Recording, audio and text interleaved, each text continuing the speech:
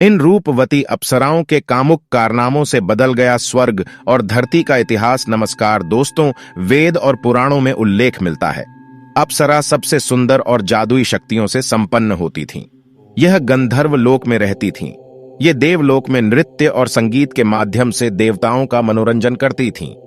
देवराज इंद्र ने सिंहासन की रक्षा के लिए अनेक बार संत तपस्वियों के कठोर तप को भंग करने के लिए अप्सराओं का इस्तेमाल किया है।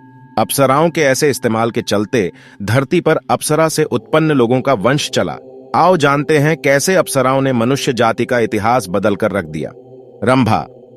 प्रमुख 11 अप्सराओं में प्रधान अप्सरा रंभा के कई कारनामे हैं। रंभा अपने रूप और सौंदर्य के लिए तीनों लोकों में प्रसिद्ध थी। यही कारण था कि हर कोई उसे हासिल करना चाहता था।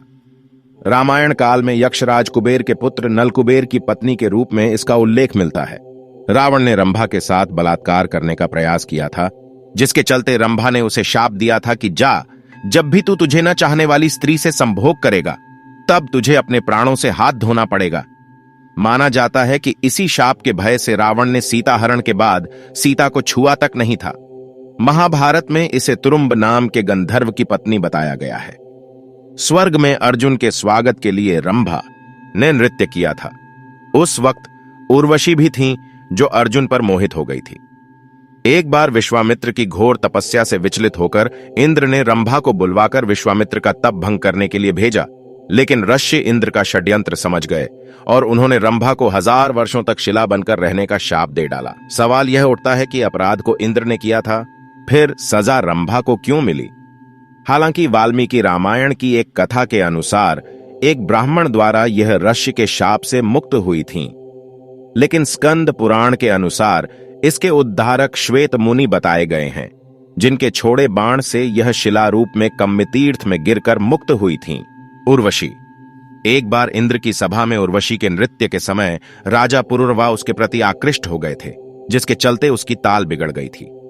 इस अपराध के कारण इंद्र ने रुष्ट होकर दोनों को मर्त्यलोक में रहने का शाप दे दिया था। मर्त्यलोक में पुरुरवा और उर्वशी कुछ शर्तों के साथ पति पत्नी बनकर रहने लगे। दोनों के कई पुत्र हुए। इनके पुत्रों में से एक आयु के पुत्र नहुष हुए। नहुष के ययाति, संयाति, अयाति, अयति और ध्रुव प्रमुख पुत्र थे। इन्हीं में से ययाति के यदु, तुर्वसु, द्रुहु, अनु और पुरु हुए। यदु से यादव और पुरु से पौरव हुए। पुरु के वंश में ही आगे चलकर कुरु हुए और कुरु से ही कौरव हुए। भीष्म पितामह कुरुवंशी ही थे। यही उर्वशी एक बार इंद्र की सभा में अर्जुन को देखकर आकर्षित हो गई थी और इसने इंद्र से प्रणय निवेदन किया था। लेकिन अर्जुन ने कहा, हे देवी, हमारे पूर्वज ने आपसे विवाह करके हमारे वंश का गौरव बढ़ाया था, अतः पुरु वंश की जननी होने के नाते आप हमारी माता के तुल्य हैं। अर्जुन की ऐसी बातें सुनकर उर्वशी ने कहा, तुमने नपुंसकों जैसे वचन कहे हैं, अतः मैं तुम्हें शाप देती हूं कि तुम 1 वर्ष तक पुंसत्वहीन रहोगे।